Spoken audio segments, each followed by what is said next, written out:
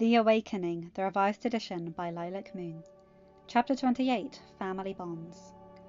They sat down to dinner and quickly began to eat the delicious meal Padme had prepared. Solar cut her dewback fillet and took the first bite of her tender meat. Mmm! Well, you haven't lost your talent for cooking, baby sis, that's for sure, Solar replied. Thanks, but haven't you mastered the dewback fillet yet? Padme asked. Mine never turns out like yours or Mum's, Solar replied. That's because you cook it too long, Padme said. Well, it's meat. It's supposed to be cooked until done. Solar replied. Cooked, not charred or crisp, Ryu piped in, earning a warning glare from her mother. Padme giggled. If you cook it too long, it will taste like shoe leather, Padme said. Yeah, well, I always left the grilling of any meat to Darad, Solar said sadly. Padme frowned and put her hand on her sister's shoulder. I'm sorry, Solar, Padme replied. Solar smiled. It's okay. 2 years ago, I was pretty sure my life was over when Darad was killed. But today, I realized that my life doesn't have to end. Especially since I got my baby sister back, Solar replied. Padme hugged her tightly. You have to know that I wanted to tell you about our marriage all those years ago, Padme explained. Then why didn't you? Jobal snapped. I couldn't. We fell in love, and at first, we decided that we couldn't act on our feelings. But that was easier said than done. And the more we fought our feelings, the stronger they became, Padme explained, as Anakin put his hand on her shoulder. It became impossible for us to ignore those feelings, and when we thought we were going to be executed on Geonosis, I confessed my true feelings to Anakin, and after that, there was no going back. Not that either of us wanted to. We decided it would have to be a secret, at least for a while, Padme said.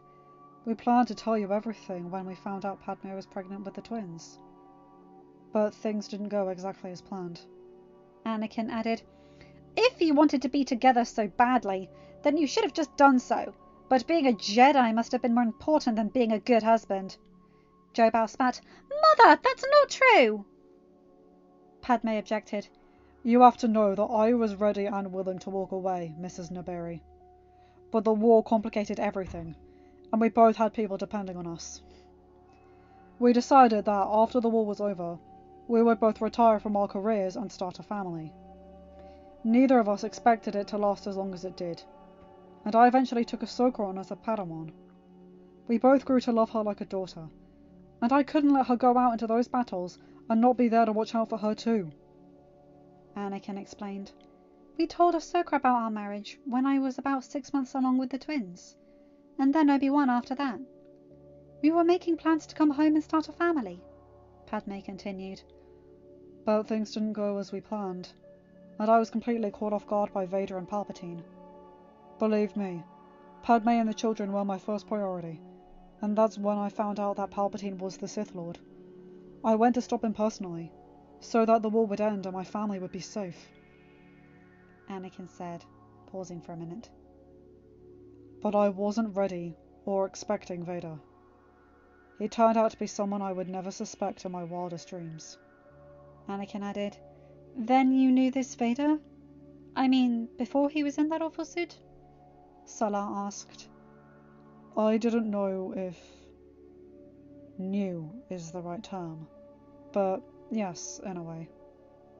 I've never seen him in this so-called suit everyone keeps talking about, but I've heard it's quite horrifying, Anakin replied. Oh, it is. He's a monster. His image is on the HoloNet all the time. He scares the hell out of people, and I suppose that's the point, Solar said. Padme squeezed his hand, and they couldn't help the tears that were welling in their eyes. Is it something I said? Solar asked. Anakin and Padme looked at each other. It was too much. They had just been reunited, and to tell them that Vader had once been the small fetus that had been stolen from them 20 years ago, without their knowledge, would be too much to take in. No. We were just thinking about all the lives that were lost that day. We almost lost our own. But the Emperor will soon pay for all that he has done, Anakin answered. Well, you did destroy the Death Star. Isn't that going to collapse the Empire? Solar asked. If only it were that simple. While we delivered a mighty blow to them, the Empire is still very strong. Far stronger than the rebellion. And I'm afraid we're in for a much longer, drawn-out war with them. But when the time and the opportunity to eliminate the Emperor and Vader presents itself, Luke and I will confront them and end their reign. Anakin replied. So you're training to be a Jedi? Solar asked, and Luke nodded. Joe Bell snorted. Of course. I suppose Leia is following in Padme's footsteps. No one in this family can ever just settle down and lead safe, normal lives. Padme spat. We want that, Mother, just like you do. But we have to fight to get it, or the Empire will eventually destroy us all, Padme tried to explain. Well, you always did as you pleased, regardless of how I felt about it. So I don't expect that to change. If you will all excuse me, I'm going to retire for the evening, Joe Bell said as she got up from the table without finishing her meal. Give her time. She'll come around, Solar assured them all as they continued eating. Later that evening, the house quieted as everyone readied for bed. Leia came downstairs in a silky light blue robe and padded into the kitchen to get a glass of water. She was startled to see Han and Chewie eating the leftovers that Padme had left for them. Hey, there you are. Mum was wondering why you didn't join us for dinner. Leia said. Chewie and I were working on the Falcon, and I didn't think we should intrude. Han said. Oh, well, you are welcome to join us at any time. Leia said. Thanks, but we'll be heading out as soon as the ship is fixed in a couple of days. Han replied. You're leaving? Leia said, surprised by the sudden disappointment in her own voice. Yep, Chewie and I have some things to take care of, and the credits your original mum paid us will be enough to pay off our debts, and then some. Han said, noticing how beautiful she looked in her light robe. Leia filled a glass with water. Well, good luck to both of you, then, Leia said, as she turned away, and then looked back at him. You know, we need good pilots like you in the Alliance. The pay would be really good, Leia mentioned. Han smirked. Want me to stick around, do you? Han asked smugly. Leia frowned. No. I was simply referring to the fact that we are always in need of capable people on our cause, and you seem to fit that bill. For a scoundrel, anyway, Leia quickly refuted. He smirked. Well, sorry to break your heart, Princess, but I ain't getting involved in your little crusade. Even more than I already have. Han replied. Of course, because that would require you attempting to care for anyone other than yourself. Leia snapped. Whatever was I thinking? Leia questioned nonchalantly as she walked away. Han glared back at her. That snippy, stuck-up little princess really made his blood boil at times. It almost distracted from the fact that he also found her insanely beautiful, and fascinating too. Not that he would ever admit it in a million light years. Chewie chuckled. What are you laughing at? Han snapped. Chewie roared and Han snorted. You're way off, pal. I don't like her. In fact, she makes me want to rip my hair out. The sooner I'm far away from that infuriating know-it-all spoilt little brat, the better. Han spat. But Chewie simply chuckled again. Han grabbed a bottle of scotch. Yeah, laugh it up, fuzzball, Han grumbled as he stalked off towards the veranda.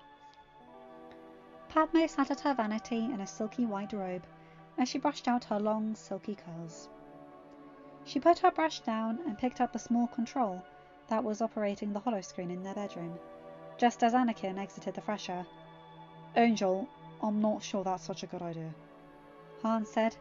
I have to see him. It's going to happen eventually, she replied. He still looked very hesitant. You're not going to like what you see, Anakin replied. I know, but I still need to see what's become of him. Even if he never had a chance to be ours, Padme said. Anakin sighed and nodded. as she turned the screen on and found a news channel. He stood behind her and wrapped his arms around her waist as the human reporter discussed the current events in the galaxy. And in other news, there is still no sign of the fugitives that destroyed Emperor Palpatine's new space station, which was to be used to reduce galactic crime and restore lawfulness. The reporter said, "Lawfulness? Is that what Palpatine is calling it?" Padme spat. Yeah, space station. That's a good one. That thing was nothing more than a means to genocide on the galaxy. Anakin added, Just mere days ago, the mysterious reappearance of renegade Jedi Knight Anakin Skywalker has caused turmoil in the galaxy. The reporter continued, "How dare they!" Padme cried out, but Anakin put his hands on her shoulders. They're going to slander our names.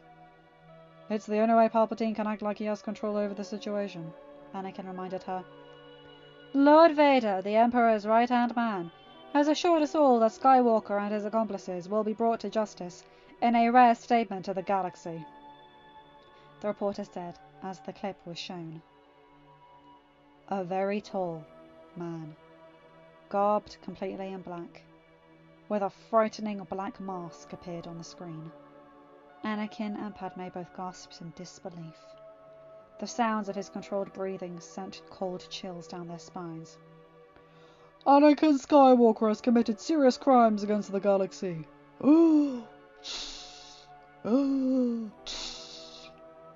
But I assure you, he will be brought to justice, along with his accomplices. He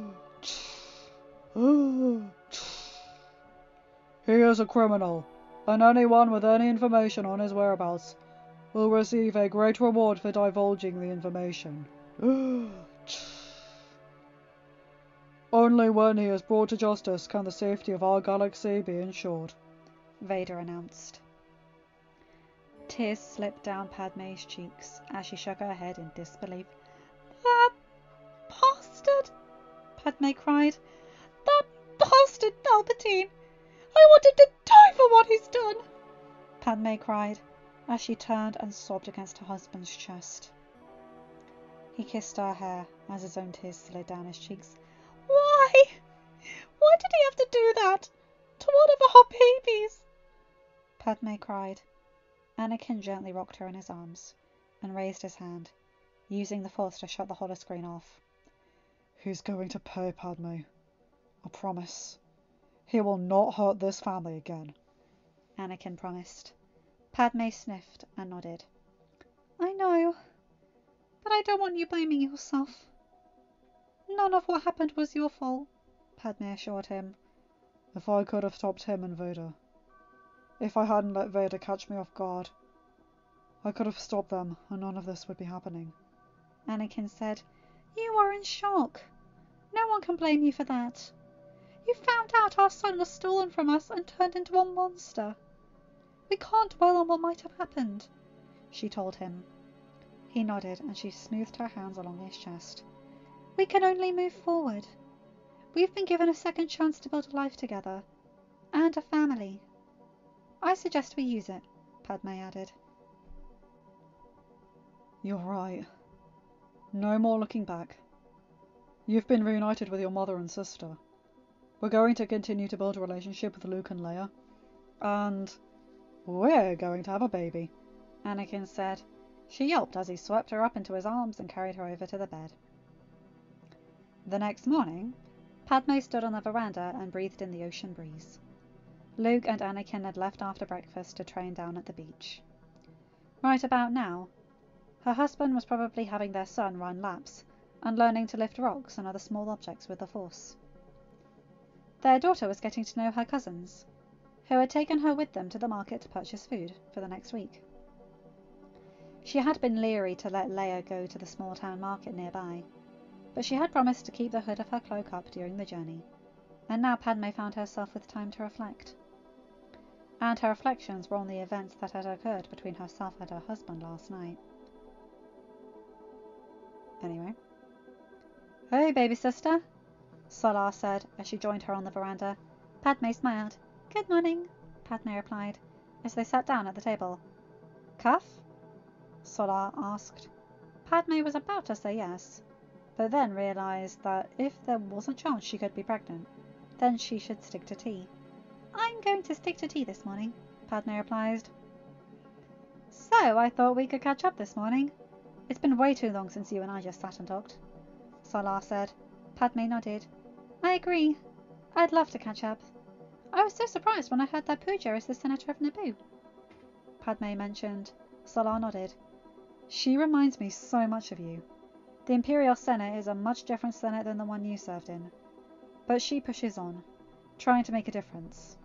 Just like you, Salar replied. It makes me very proud. Of her and Leia both, Padme said. Me too, Salar agreed, as she noticed the small pendant attached to a lanyard around her little sister's neck. That's a beautiful necklace. Where did you get it? Salar asked. Oh, Anakin made this for me when he was just a little boy, Padme replied. Salar smiled.